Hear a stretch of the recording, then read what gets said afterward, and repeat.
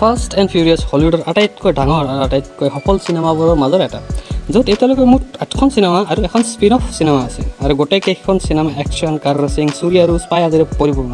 আজি আমি ঠিক তেনেকুৱা আৰু 10খন চিনেমাৰ বিষয়ে কথা পাতিম, যিবোৰ ফাষ্ট এণ্ড ফিউৰিয়াছৰ দৰে প্ৰায় একে।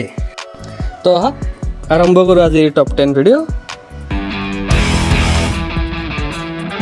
নম্বৰ 10ত আছে 2014 নিডছ ফৰ স্পীড, আৰু ইয়াক এটা ফেমাছ ভিডিঅ' গেমৰ ওপৰত ভিত্তি কৰি বনোৱা হৈছিল। চিনেমাখনৰ কাহিনী হৈছে টবি মাৰ্শ্বেল নামৰ ষ্ট্ৰীট ৰেচাৰ এজনৰ। তেওঁ অনেক এটা অপৰাধৰ বাবে জেলত আছিল, যিটো অপৰাধ তেওঁ কৰাই নাছিল। 2 বছৰ পিছত তেওঁ জেলৰ পৰা ওলাই আহে আৰু তেওঁ এটা প্ৰতিশোধ ল'বৰ বাবে এটা ৰেচত ভাগ লয়। চিনেমাখনত স্পেচিয়েল ইফেক্টছৰ ইউজ হোৱাই নাই, যাৰ বাবে চেছ চিনবোৰ বেছি ৰিয়েল যেন লাগে। চিনেমাখন হিন্দী আৰু ইংলিছ দুয়োটাতে চাব পাৰিব। ইয়াৰ IMDb rating 6.4 out of 10। Number 9ত আছে 2008 চনৰ ডেথ ৰেচ। চিনেমাখনৰ কাহিনী হৈছে জেনছনৰ।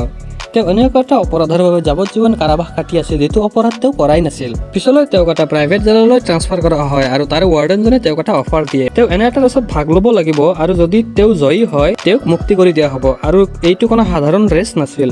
মেচিন গান, বজুকা আদি অস্ত্ৰৰে ভৰি থকা গাড়ীৰে তেওঁ ৰেচত ভাগ ল'ব লাগিব আৰু এইখন ৰেচত তেওঁৰ মৃত্যু হ'ব পাৰে। মুভিখন হিন্দী আৰু ইংলিছ দুয়োটা ভাষাতে চাব পাৰিব। ইয়াৰ IMDb ৰেটিং হৈছে 6.4 আউট অফ 10। নম্বৰ 8ত আছে 2000 চনৰ গন ইন 60 ছেকেণ্ডছ। চিনেমাখনৰ কাহিনীটো হৈছে মেম্ফিছৰ। তেওঁ এটা সময়ত বিখ্যাত গাড়ী চোৰ আছিল, কিন্তু এতিয়া তেওঁক চুৰি কাৰ্য বাদ দিছে। কিন্তু যেতিয়া তেওঁৰ ভায়েকক কিছুমান গেংষ্টাৰে কিডনেপ কৰে আৰু তেতিয়া তেওঁৰ ভায়েকক মুক্তি কৰাবৰ বাবে গেংষ্টাৰসকলে দিয়া এটা মিছন নিৰ্ধাৰিত সময়ত পূৰা কৰিব লগা হয়, যিটো মিছন প্ৰেক্টিকেলি ইম্পচিবল আছিল। মেম্ফিছে সময়ৰ বিৰুদ্ধে গৈ এই মিছনটো সম্পূৰ্ণ কৰিব পাৰে নাই। কাহিনীটো ইয়াৰ ওপৰতে বনোৱা হৈছে। হিন্দী আৰু ইংলিছ দুয়োটা ভাষাতে চাব পাৰিব এইখন। 6.5 আউট অফ 10 হৈছে ইয়াৰ IMDb ৰেটিং।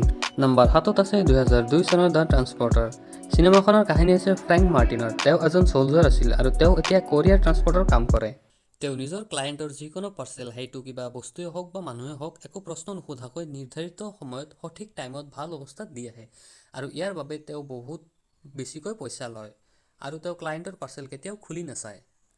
কিন্তু এবাৰ তেওঁ পাৰ্চেল খুলি চায় আৰু ইয়াৰ ফলত কাহিনীটোৱে কেনেধৰণে টুইষ্ট আৰু টাৰ্ণ লয় সেইটো চাবলগীয়া। চিনেমাখন হিন্দী আৰু ইংলিছ দুয়োটাতে চাব পাৰিব। ইয়াৰ IMDb ৰেটিং হৈছে 6.8 আউট অফ 10।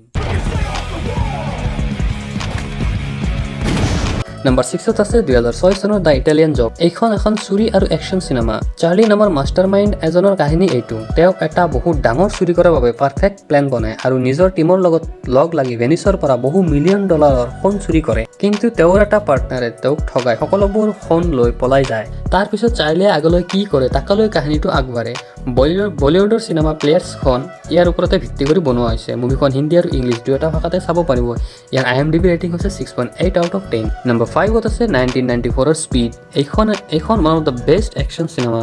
ইয়াৰ একশ্যন দৃশ্যসমূহ লগতে ইয়াৰ কাহিনী আপোনাক চিনেমাৰ লগত ধৰি ৰাখিব। চিনেমাখনৰ কাহিনী হৈছে এজন স্বৰ্ড অফিচাৰৰ।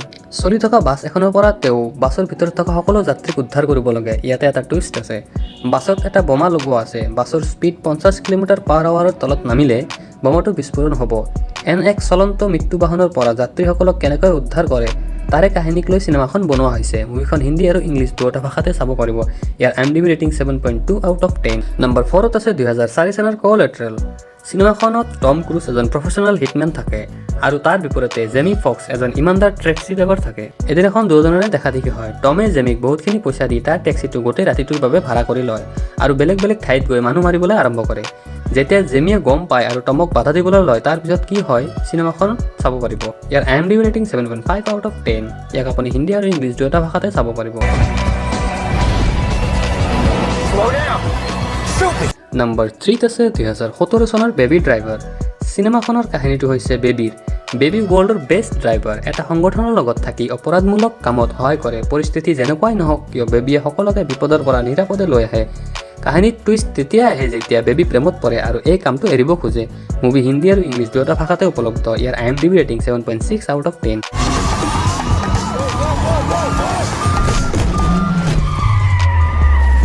নম্বৰ 2ত আছে 2013 চনৰ ৰাছ। এইখন one of the best racing cinema. এইখন এখন স্পৰ্টছ মুভি। নিকি আৰু জেমছৰ ৰিয়েল লাইফৰ ওপৰত ইনস্পায়াৰ হৈ চিনেমাখনৰ কাহিনীটো বনোৱা হৈছে।